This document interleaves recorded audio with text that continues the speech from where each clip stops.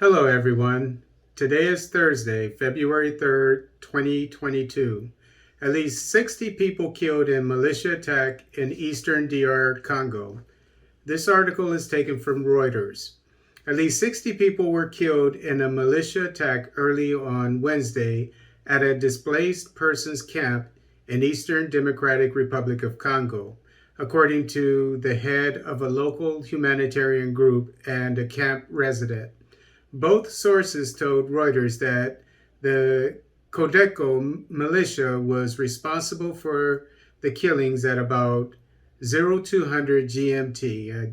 I'm assuming it's 2 o'clock in the morning Greenwich Mean Time, which is sort of London time, but I don't know if it's exactly the same, but it's in England, Greenwich, at the Savo camp near Boule in Ituri province. Ituri, which is northeastern DRC, at the border of Uganda, which is where that operation is going on, the joint operation between Uganda and DRC. But I don't know if it's the exact same territory because there are different areas. To my knowledge, the operation is in North Kivu. This area is north of North Kivu. So I'm not sure if this is a part of the area of that operation. Ituri Army spokesman Jules Ngongo confirmed the attack by Codeco and gave a provisional toll of about 20 dead. Congolese troops came into contact with the militia Tuesday night, but the assailants changed direction and got past them to reach the camp, he said. Codeco is one of an array of militias operating in eastern Congo amid long-standing tensions over land and resources. Its fighters have killed hundreds of civilians in Ituri and forced thousands to flee their homes, according to the United Nations. In recent months, it has targeted displacement camps where some people have settled after fleeing other attacks by Codeco. I first heard cries when I was still in bed, then several minutes of gunshots. I fled and I saw torches and people crying for help, and I realized it was the Codeco militiamen who had invaded our site, said Lokana Bale Lusa, a camp resident.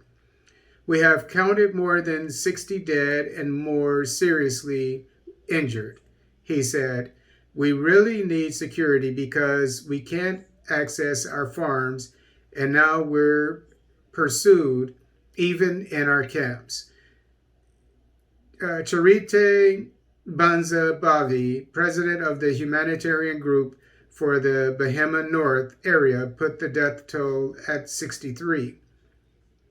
Initial reports indicate that as many as 59 civilians were killed and a further 40 injured, the Norwegian Refugee Council, NRC, said in a statement. 2 students at a school supported by the NRC were among the dead, it added, and the assailants had used both guns and machetes. Wednesday's attack took place far from eastern Congo's tin mines. The NRC said about 68 people had been killed in previous attacks on 5 different camps in the same area since November.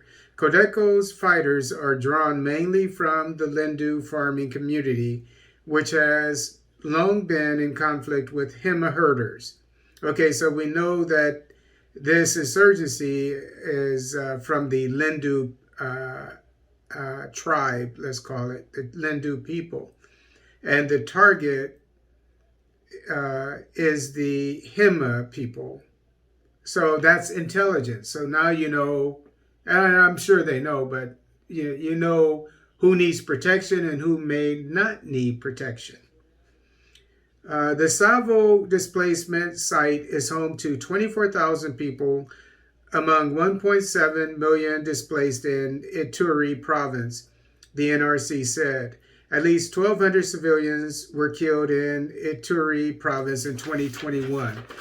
And as I said about Nigeria, which just had 20 people in northern Nigeria kidnapped, and the ex leader of a village or town or what have you. I think it's actually a town. He was killed. What we need is, I'll put it briefly because I talked about it at length about in the Nigerian video. We need, in this case, and I know again that Uganda and DRC, they're working together. They have an operation which is going to be successful. We know it. I don't know if this is a part of that area, but let's say for future references, or let's say that this area isn't a part of that operation, and if it is, for future references, what DRC, like Nigeria, needs is a compulsory military service for its young people. Okay, they get out, they graduate from high school or college or what have you. They do their compulsory military service for a year or whatever to help defend their nation. Okay, and it may be a year, maybe a year and a half. I don't know. It may be 2 years. I don't know. But the DRC has millions and millions, tens of millions of young people, young men, and some would say young women that are able to do this mission. And they should be willing to protect their people. Why should they be just, I'm not saying that they're not doing anything, but many of them are unemployed. And even if they were employed, but this is the most important thing going on in the country: lack of security. And your brothers and sisters dying, innocent people dying.